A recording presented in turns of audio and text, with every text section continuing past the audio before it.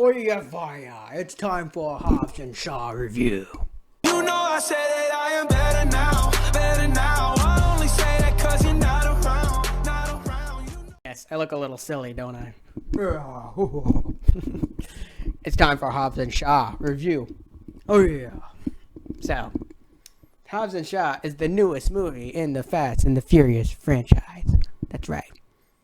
Starring Dwayne Johnson as Luke Hobbs and Jason Statham as Deckard Shaw.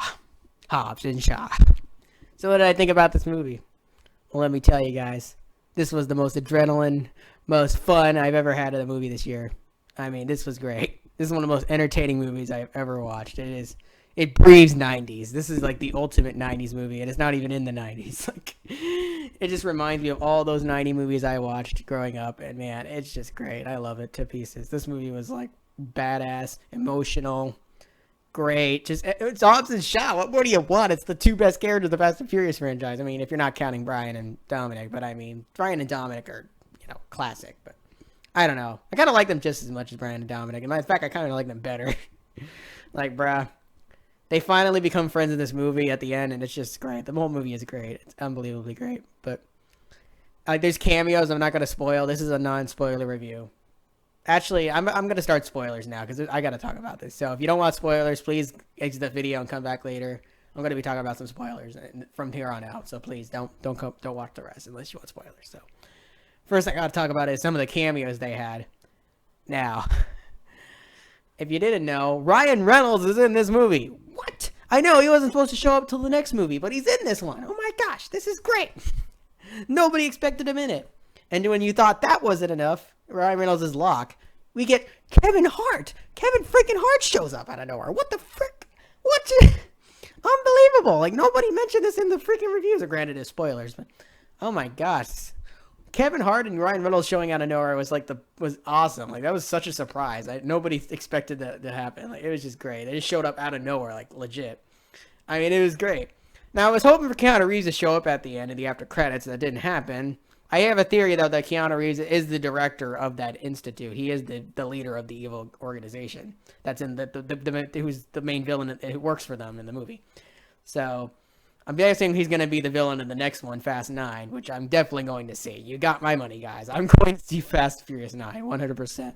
You got Keanu Reeves, you got John Cena, you got Ryan Reynolds, you got Kevin Hart, you got all these people. Like, bro, I'm going to see it. You got my money. This movie was amazing. This is my second favorite movie in the Fast and Furious franchise. I like it more than Fast 5. Hate me if you want. I don't like it more than Furious 7, but I definitely like it more than Fast 5 because at least Fast 5 had its boring moments. This had no boring moments. This was just entertaining, hilarious. This is the greatest action comedy I have ever seen in my life. I am not even joking. I could rewatch this 10 more times. This is just that great. Like, bro, it was ridiculous. It was funny. It was retardedly stupid, but I loved that about it. It was so retardedly stupid that I loved it. Nothing about it made sense, but it was just great. Oh my gosh. And the girl that Hobbs' sister, Shaw's sister, sorry. I forget her name, but she did great in this movie. Sydney, whatever her name is, the actress. Hold on, I'll check. Yeah, Vanessa Kirby as Haiti Shaw. Yeah, I missed a couple parts of the movie though because I had to use the bathroom a couple times. I missed the part where Luke and Hattie kissed. I wish I saw that. Epic fail. Oh well, I didn't see that part. But yeah, apparently they have a thing in the movie. I didn't see them kiss at the end, so whatever. Okay, I don't know. That was stupid. I think that's one of the reasons that they got along because hit the sister. That's what the purpose of the female character in the movie was to bring Hobbs and Shaw to be friends finally. And I really liked the writing was amazing. The characters were great. They had great character development in this movie. Idris Elba as the villain. Oh my gosh, he was killing it. Like the villain was so lovable. He was just your classic '90s villain. Like he was just great. Idris Elba was great as Brixton Lore. Yeah, Brixton Lore. He was so dope. Like, Brixton Lore is, like, one of the best villains I've seen in a movie. Like, not the best, but one of the best. But I'm excited to see who the director is. Like, there's this mysterious director, which I'm still going with the theory that Keanu Reeves plays him, which would be epic. We never seen Keanu Reeves play a villain before, so that would be pretty freaking epic if he is. But anyway, so are there any negatives of Hobbs and Shaw? Yeah, obviously. It's Hobbs and Shaw. It's going to have negatives. I mean, the only nitpicks I can give Hobbs and Shaw is it does get a little out of hand. It does get a little ridiculous for its own good. Like, of course, it's Hobbs and Shaw. You really expect that, right? It's Fast and Furious. I mean, not really. I mean, there was a time Fast and Furious actually made sense. At the core, Fast and Furious still has one thing: cars. awesome soundtrack, and what was the other thing? Uh, and awesome action.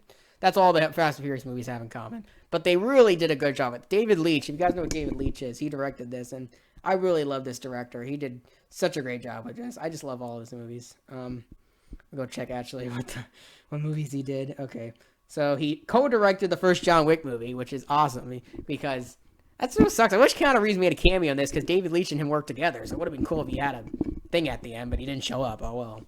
I was hoping he'd show up in the after credits, but okay. He also worked on No Good Deed, which I think is an amazing movie. Fantastic. I love No Good Deed. Which is a short film. Atomic Blonde, Deadpool 2, and Hobbs and Shaw, the new one. And I guess the next movie he's making is The Division. I don't know. But David Leitch just knows how to do action. Like Deadpool 2 had amazing action. Atomic Blonde had amazing action.